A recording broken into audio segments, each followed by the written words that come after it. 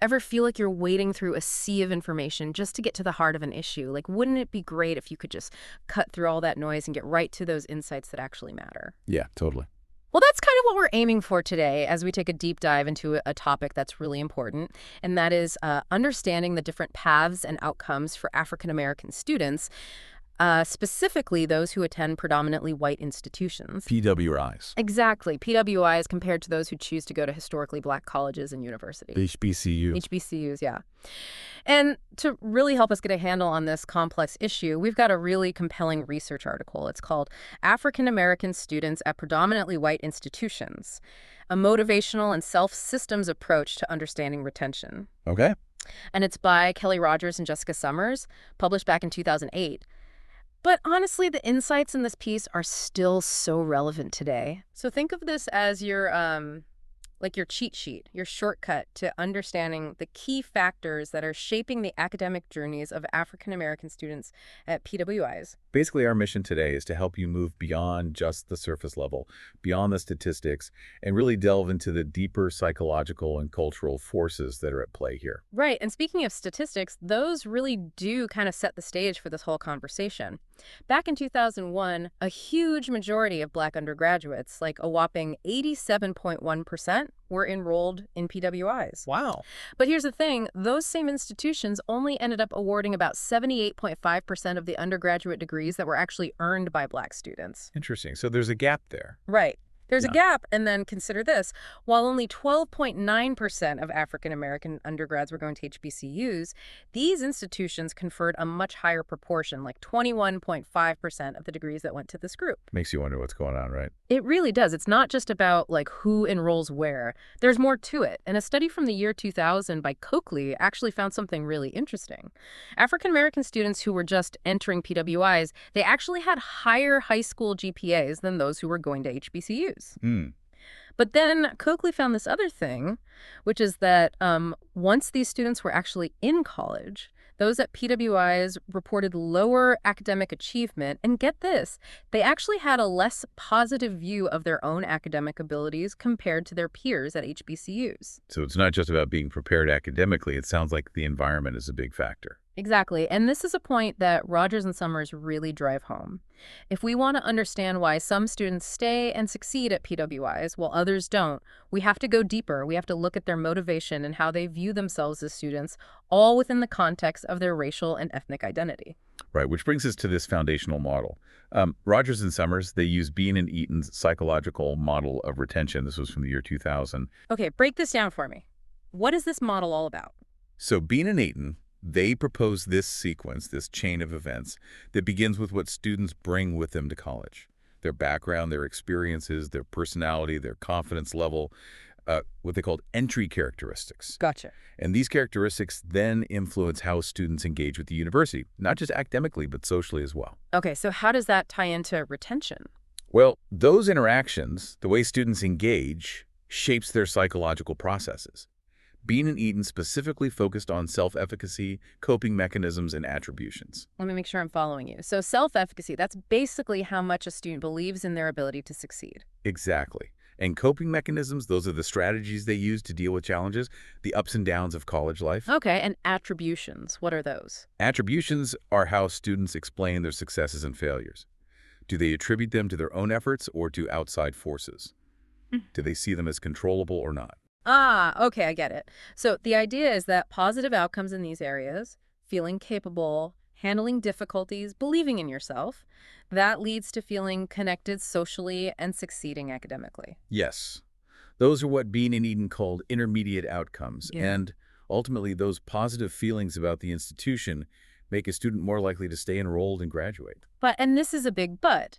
Rogers and Summers argue that while this model is helpful, it doesn't fully capture the unique experience of African American students at PWIs. Right. It misses that crucial layer of race and culture. Exactly. You can't just assume that everyone's experience is the same, especially when you're talking about something as significant as race. Totally. So Rogers and Summers, they suggest some key adjustments to this model to really bring race and culture into focus. They agree that entry characteristics and those environmental interactions are important, but they shift the emphasis to those psychological processes and how students feel about the institution itself. Yeah, that feeling, that attitude towards the institution, that has to be huge, right? And it's shaped by what we call the campus climate. Yes, the campus climate is like the overall atmosphere of the university. It's the shared perceptions, the attitudes, the expectations that define the institution and everyone within it. And there's a lot of research showing that minority students, including African Americans, often experience a different campus climate at PWIs compared to white students. They tend to perceive it as more negative, both in general and specifically when it comes to race and academics. And this isn't just some abstract feeling. It has real consequences. Researchers have found that these negative perceptions can directly impact whether students choose to stay or leave. Right. So if PWIs want to improve retention rates, they need to address the specific needs of African American students, things like financial support, opportunities to get involved, and academic resources. It all boils down to making students feel valued and supported, that they truly belong. And to really understand campus climate, we need a framework, and that's where Hurtado's work comes in.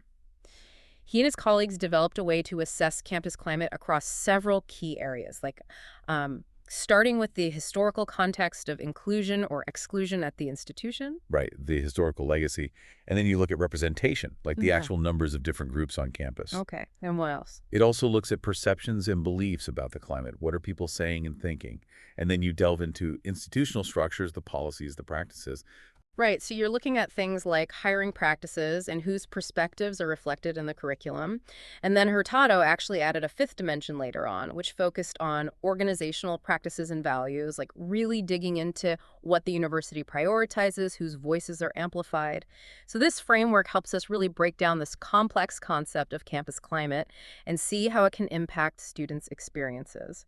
And one of the key findings from research on campus climate, specifically Hurtado and Carter's work with Latino students back in 1997, was that when students felt like the campus climate was racially hostile, their sense of belonging took a nosedive. And that sense of belonging, that's so crucial. It really is. Research has shown that feeling like you belong, being connected to the university community, is linked to everything from social adjustment to how open students are, to diverse perspectives, to their academic motivation. So it's not just about feeling comfortable socially, it's about being able to thrive academically as well. Totally.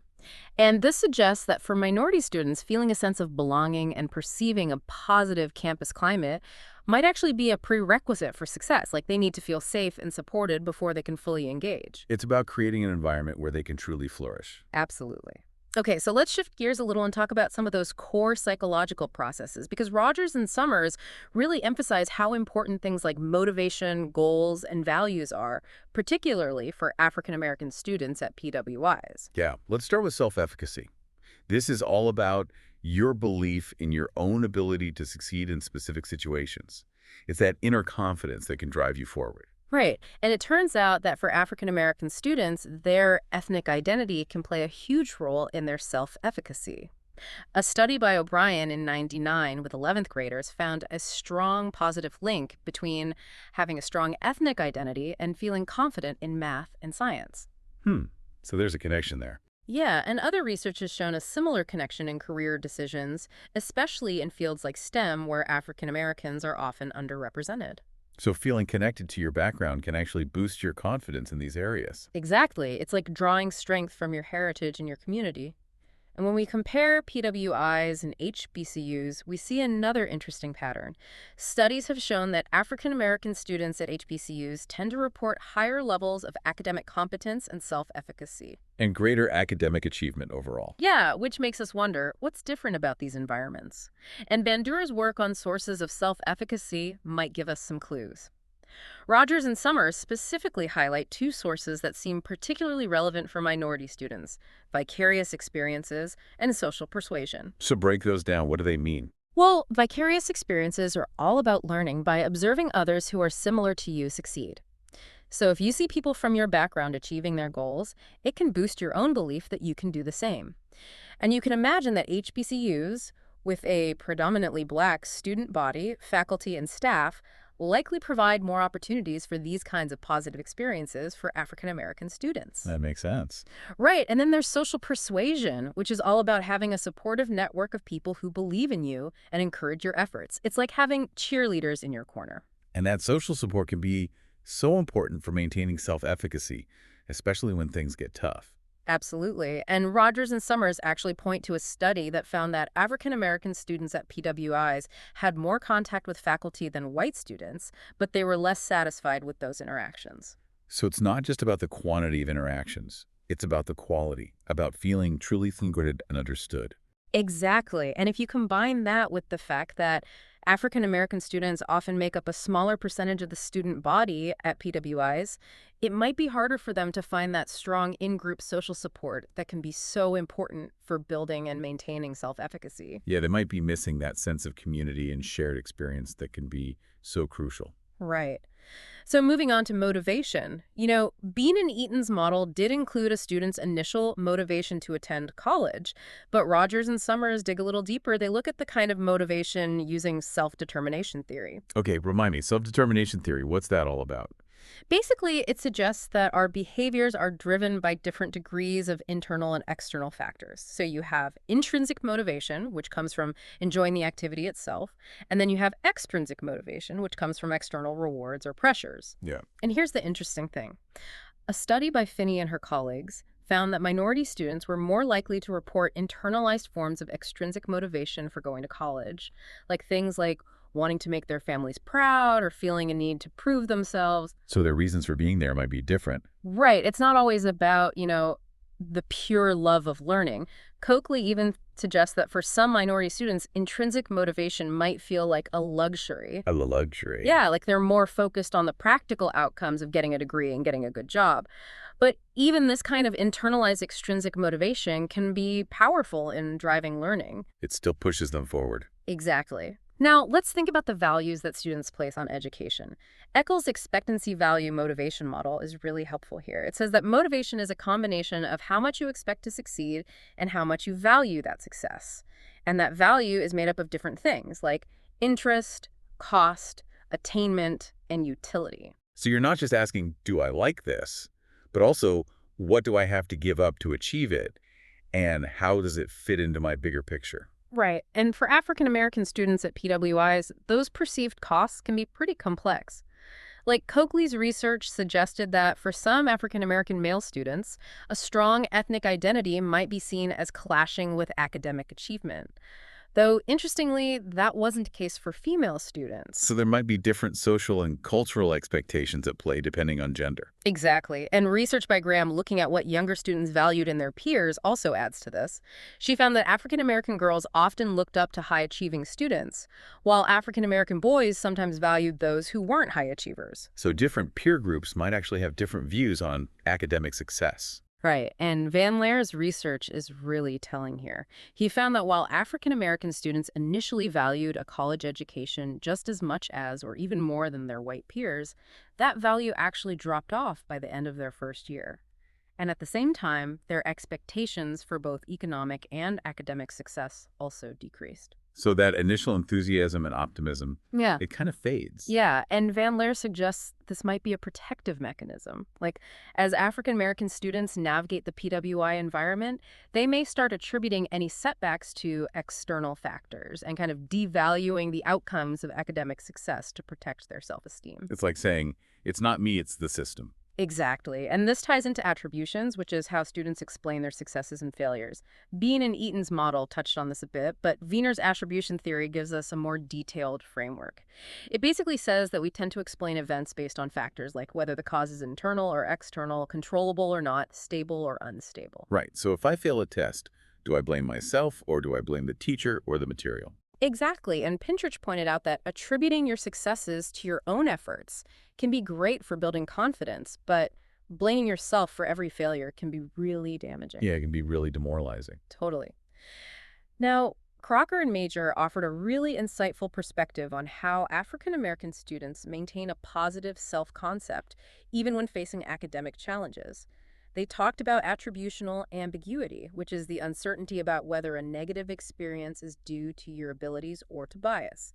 They also highlighted selective comparison, where you primarily compare yourself to others within your own group, and selective devaluing, where you downplay the importance of areas where you feel your group might not excel. So it's about focusing on your strengths and recognizing that external factors might be at play. Exactly. And Van Leer's research actually showed that African American students in later college years were less likely to attribute their economic prospects to their own efforts compared to white students. Their expectations were also lower than they were when they started college. Again, it points to that shift towards external attributions. Right. And this also connects to Dweck's work on mindsets, which is your belief about whether intelligence is fixed or malleable, whether you can grow and learn. Right, the growth mindset versus the fixed mindset. Exactly. And research has shown that fostering a growth mindset is linked to better academic outcomes, especially for African American students. So it's about believing that you can develop your abilities, that you can learn and improve. And this all feeds into goal theory, which is something that Bean and Eaton's original model didn't really address. Goal theory looks at what motivates students, what drives them in their learning. Are they focused on mastering the material itself, or are they more concerned with outperforming Right, others? so you have mastery goals versus performance goals. Exactly. And Kaplan and Mayer found that mastery goals were linked to greater well-being for both African American and white students, while performance goals were associated with lower well-being. Makes sense. Focusing on learning for its own sake is probably less stressful than constantly trying to prove yourself. Right. And Midgley's research found an even stronger connection between performance goals and self-handicapping behaviors among African American students. Self-handicapping meaning. Like creating obstacles for yourself, like procrastinating, so that if you fail, you have an excuse. Ah, I see. And this is where Steele and Aronson's concept of stereotype threat comes in. They argue that performance-oriented environments, especially at PWIs, can make African American students more aware of negative stereotypes about their group's academic abilities. They feel like their performance reflects on their whole race. That's a lot of pressure. It is, Mm. and that awareness can trigger stereotype threat, which is the anxiety of confirming that stereotype. And that anxiety can actually impair performance, right? Exactly. And the more someone identifies with the stereotype group, the more susceptible they are to stereotype threat. So it's not just about individual ability, it's about the social and cultural context as well. Totally. And this brings us to the intermediate outcomes in this whole revised understanding of retention. For African American students at PWIs, it might not be enough to just achieve social integration, to fit in with the broader campus community. Rogers and Summers suggests that for these students, it's more about achieving biculturality, the ability to navigate both the predominantly white campus culture and maintain their connection to their own African American culture and identity. They need to be able to move between those worlds. Right, and researchers have highlighted the unique challenges faced by African American students in predominantly white environments. And Du Bois' concept of double consciousness is really relevant here, that feeling of having two coexisting identities. Yeah, like you're constantly aware of both your Black identity and how you're perceived in the white world. Exactly. And Rogers and Summers suggest that for these students, their ethnic identity might be a more important predictor of retention than those general psychological processes that we see in traditional retention models. It's about more than just fitting in. It's about maintaining your sense of self. And Berman actually described different ways that people adapt to new cultures. You have biculturalism, where you embrace both; assimilation, where you adopt the new and shed the old; separation, where you cling to the old and avoid the new; and marginality, where you feel disconnected from both. So there are different ways to navigate those cultural waters. Right, and Tinto, in his later work, talked about bicultural competence being key for African American students at PWIs. They need to be able to function effectively in both worlds. And Cross's Negro to Black conversion model is helpful for understanding this identity development, with its stages moving from a pre-encounter phase to a final internalization and commitment stage where a strong and integrated Black identity is formed. And that stage really aligns with the idea of bicultural competence, right?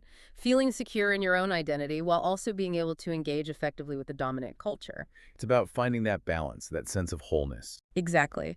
So, as we wrap up this deep dive, it's clear that understanding the retention of African American students at PWIs is incredibly complex. It's not just about academics or some one-size-fits-all approach to student success.